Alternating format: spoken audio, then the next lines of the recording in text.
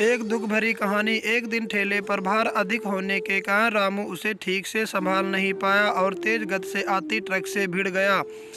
अगले ही पल उसकी मौत हो गई और उसके पीछे रह गई उसकी पत्नी जानकी और दो छोटे छोटे बच्चे गुड्डी और गुड्डू।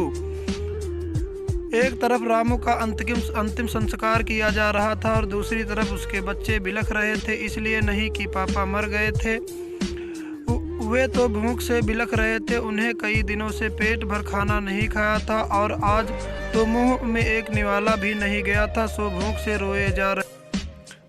माँ कुछ खाने को दो ना, माँ बड़ी भूख लगी है, माँ कुछ दो ना। कोई पत्थर दिल इस दृश्य को देखकर पसीज जाता। पड़ोसियों को भी दया आ गई, अगल बगल से खाना आ गया।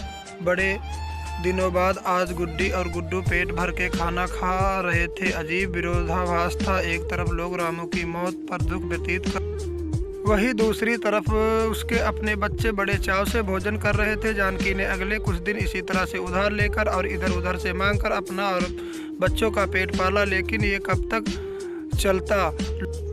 लोगों ने मदद करना बंद कर दी। जानकी पागलों की तरह काम खोजने लगी, लेकिन तमाम कोशिशों के बावजूद भी किसी ने उसे काम नहीं दिया। जब थक हार कर घर लौटी, बच्चे उम्मीद से उसकी तरफ देखने लगे। गुड्डू तुतलाती आवाज़ में बोली, क्या लाई हो माँ, जल्दी से खिला दो, बड़ी भूख लगी है।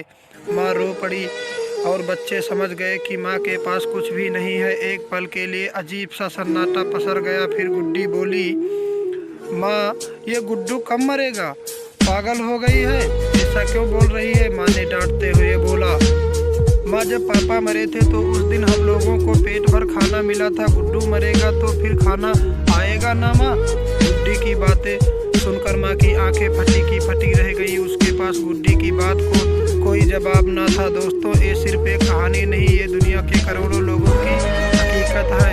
इस पर गौर कीजिए, जिस खाने को हम थाली में ऐसे ही छोड़ देते हैं उसकी कीमत को समझिए। बचपन से हमें अन्न का आदर करना सिखाया जाता है, लेकिन चूंकि हमने कभी असल भूख नहीं देखी होती है, इसलिए हम उसका आदर करना नहीं सीखते। एक दिन, बस एक दिन भूखा रहकर देखिए और आप करोड़ों लोगों का दर्द समझ जाएंगे।